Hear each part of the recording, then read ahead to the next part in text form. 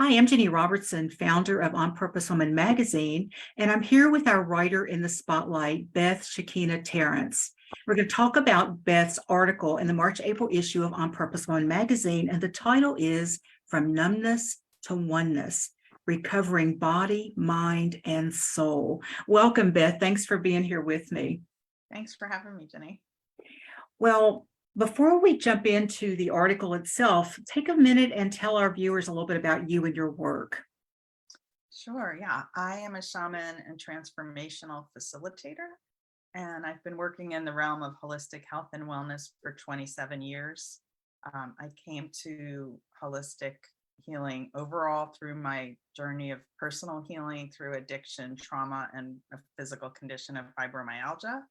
And ultimately, I was led to the path of shamanism, which has been a core of my personal transformational journey and is at the heart of my work today.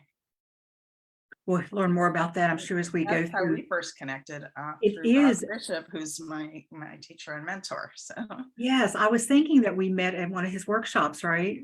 I think so, yeah. And he just at some point said, you need to meet Ginny's. And we did, and here we are. How many years later has it been? Yeah, I think it was 2005, maybe 2005 or 6. So Wow. Well, I'm glad we've stayed connected, even if we go away for a little bit, we come back. That happens with so many people. We just go do our thing and then we find each other again. I love that. Yeah. Well, Beth, you wrote a very, I guess, deeply personal story for the magazine, and it starts around the age of 12. So what was going on around that time? Yeah, that was definitely a pivotal time in my life.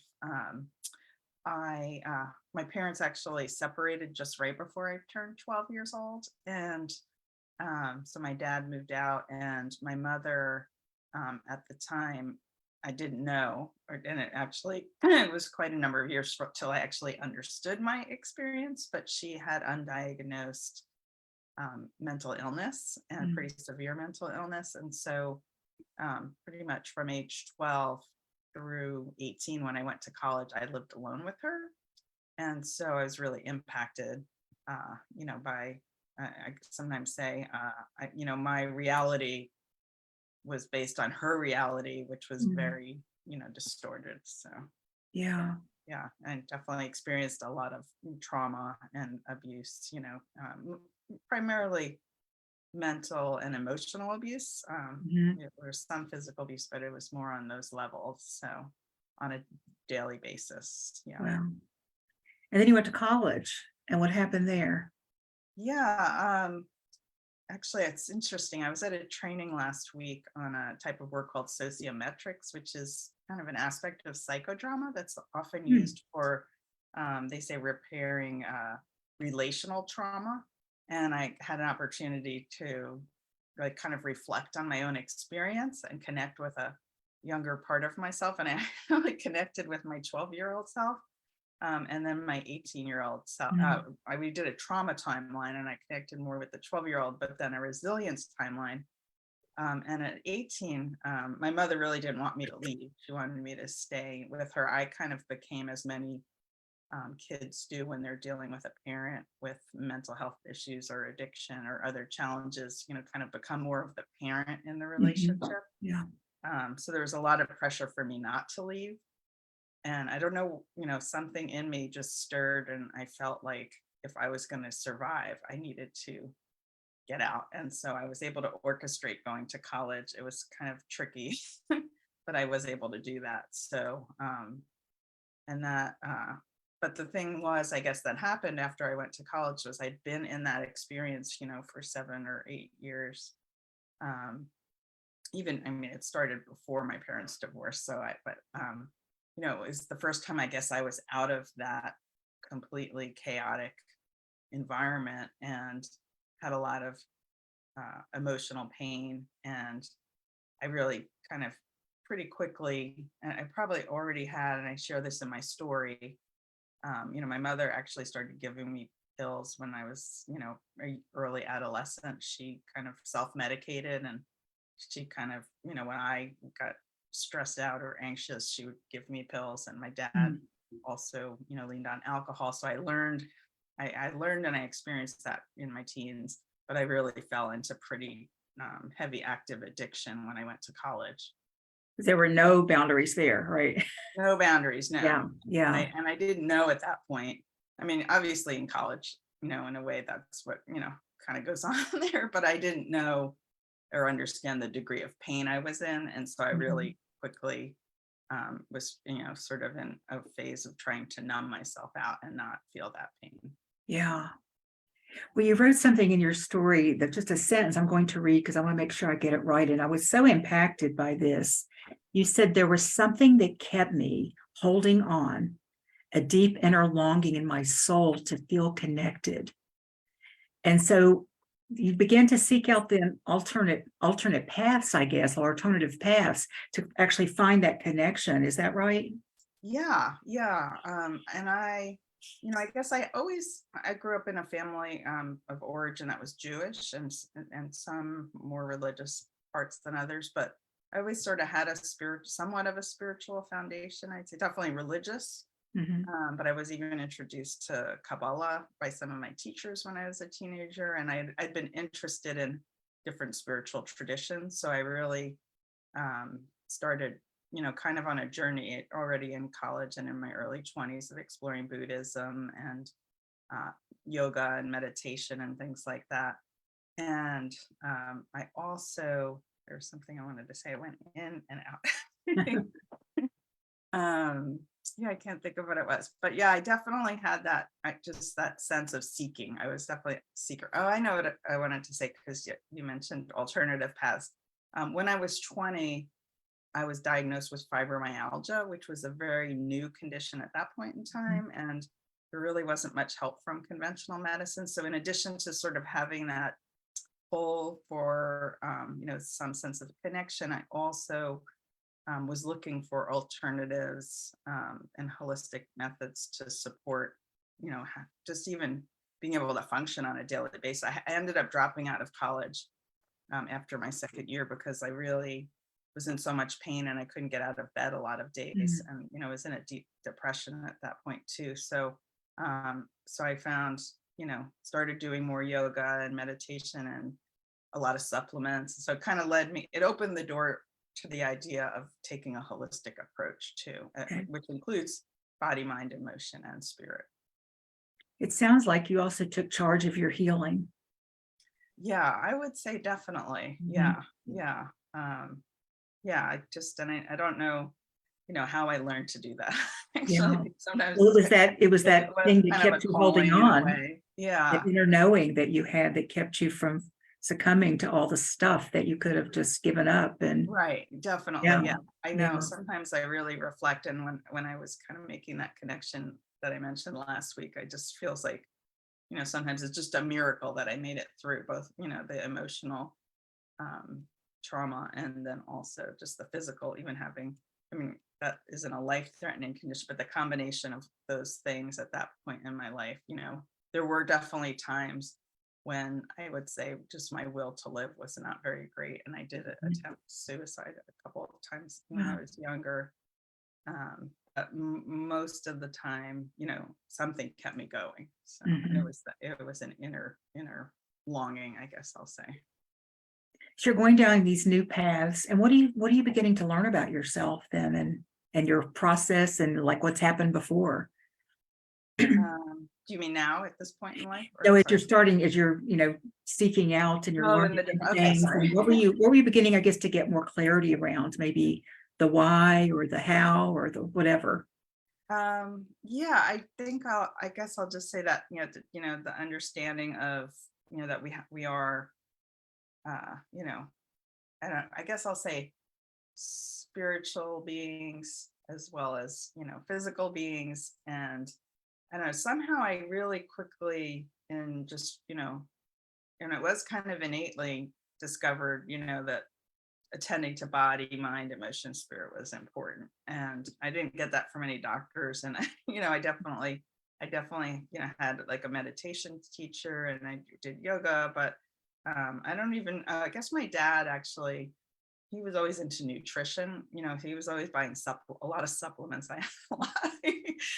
So So I guess I kind of had an inkling about that, so, but it just, it was just kind of an evolution. And then I would say with the fibromyalgia, it took a period of 7 or 8 years for me to go from like debilitated, getting, dropping out of college, not getting out of bed, to becoming, kind of, because of what I'd learned, being really inspired to start to share some of that with others. And I then ended up going to school to become a massage therapist. That was sort of my first professional step into the holistic realm. And so it was about 7 years later from my diagnosis. And, at that point, and even today, often people feel it's kind of, there's no hope if you have fibromyalgia, maybe you'll improve.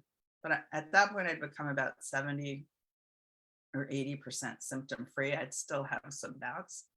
And that, I would say, physical pain, but also the emotional aspects too. Yeah. And then, but I mean, that was quite a change, I guess, to go from, Of course. and that hopeless place to being inspired to help others as well. I'll say though, at that point, I didn't really have so much of an understanding about trauma and the impact of trauma, or as much of the spiritual aspect of, healing. It was more on the physical, mental, and to some degree emotional. It was in the few years after that, actually, I was introduced to a couple other energy modalities and Bach flower remedies, which is one of the core tools that I use in my practice, that are flower essences that help with emotional balance. And it was through kind of incorporating more of the emotional and spiritual aspect of things that I did have a full recovery from fibromyalgia. Wow, it's really an amazing story. And you said it was like the physical healing kind of came first, it sounds like, and which I think probably had to happen to be able to go deeper and learn more about your spiritual self and your mental self, your emotional self, because you can't be healing all those things at one time. That would probably be way too much. I mean, I'm not saying it can't be done, but that would be a lot of different paths. So you concentrated on let me feel better physically. Initially, definitely. And then as you started to feel like you could get out of bed and you could actually function really well, there was a space there to actually do the deeper work on your and to learn about the trauma and the effects that it had. So this is going to be maybe a really hard question, because I'm asking you to pick one thing. What do you think was the greatest knowing that came to you during that time? Or maybe it was last week, I don't know, but about yourself, your place in the world, your past experiences. Was there one thing that just went, whoa? I would say it probably was a little bit later and ongoing, I guess. And I kind of finished my story with this phrase that says, "You are already whole, you just need to remember."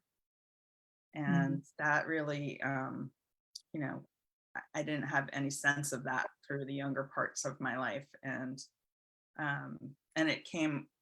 it became stronger. And I talk about this in my story, when I found connection with a shaman and did some shamanic healing, and was really able to reconnect with a part of myself that was, as I describe it in my story, she was like found like hanging from by her fingertips on the edge of a vast abyss. And that's how I had felt for so much of my life. And so in reconnecting with that part, I began to experience that sense of wholeness that I believe we all is our nature, but we go through our different life experiences and we lose that experience or feeling of that connection. So to me, healing is really about reconnecting, and that's kind of the essence of shamanic traditions, is that it's that connection with ourself, with Mother Earth, nature, our spiritual source. It can really manifest.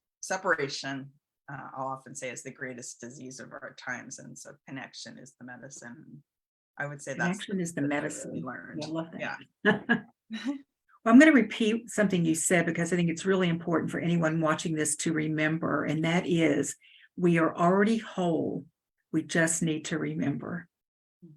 Yeah, definitely. Sounds so simple, doesn't it? I know it does. It's not easy. And Not easy, even simple in my own, concept.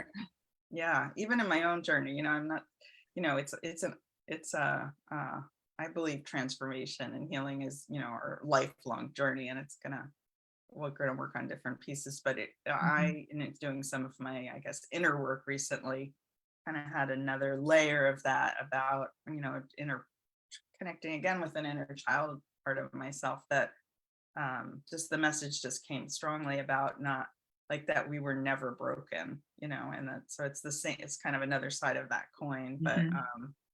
kind of really taking ownership or integration of that, I'll say. So yeah, Wow, that's just beautiful. Thank you. yeah, Well, how can people find out more about you and your work? yeah. I have a website. It's my name, and I'll just say Beth Shekinah is my Shekinah is a spiritual name that came from was given to me by one of my spiritual teachers in the Sufi tradition, which is a Mhm. mystical tradition connected to Islam. But it's also a word that has roots in my Jewish background and is related to the divine feminine aspect of God, often radiant light. And so it's a name that was gifted to me at a time when I would say, at a deep point in my healing journey, and kind of that light carried me forward. And so I hope that that's the light I radiate out to support others. So it's bethshekinah.com is my website. And I think you said you'd put a link in there. So Yes, it is. There is a link to Beth's website in the text of this video, and there's also a link to On Purpose Woman magazine. Please go over there and read all of Beth's story, because we can only touch upon just a fraction of what it is that she wrote about. And I think you'll find it inspiring. It may be something that just helps that one person who needed to hear whatever she had to say in that article. So, Beth, do you have a final thought you want to leave us with? final thought. Let's see. I guess, as I touched on just a minute ago about connection being the medicine that we need, just to encourage people to explore different ways to connect. And again, that can be with ourselves, with others, with, Mother Nature, and our spiritual connection. So, but having that pathways to connect, I think, is really important for all of us on this human spiritual journey. So, Yeah, and yeah, can I just share one thing? I have sure. and one way that I've has helped me a lot is compassion practices, and particularly loving kindness meditation. And every year I do I call it my love offering program. It's a free program called May is for Meta Explorations in Loving Kindness and Compassion. So that's starting next week. So I'll post maybe in the comments below to the link if people are Okay. Is there interested. information on your website about it? Yes, there is actually. Okay, There's a okay. So page under Megas for programs. Meta. So look Yeah, for that, everyone. yeah, Free, free loving kindness yeah. meditation. Yes, yeah, Everybody can experience. yeah. That sounds And it can wonderful. really be a good foundation for creating connection with ourselves and with others too. Thank you. Thank you, Beth, so much for talking with, for contributing to On Purpose One magazine and sharing your gifts with our readers and now our viewers. So Yeah, it's been a delight talking with you. it's been wonderful. Thank you for the opportunity to share my story in the magazine and here. Yeah. And I want to thank anyone who's watching this either live or on our YouTube channel. Please check out On Purpose Woman magazine. On Purpose Woman magazine is at opwgc.com/magazine. It's also in the text of this video. Join us over there and see all the amazing women who write for us, who advertise with us, and who in so many other ways just shine their light. And I want to thank Beth again for being our writer in the spotlight. Thanks again. Yeah, Bye, thank y'all. you.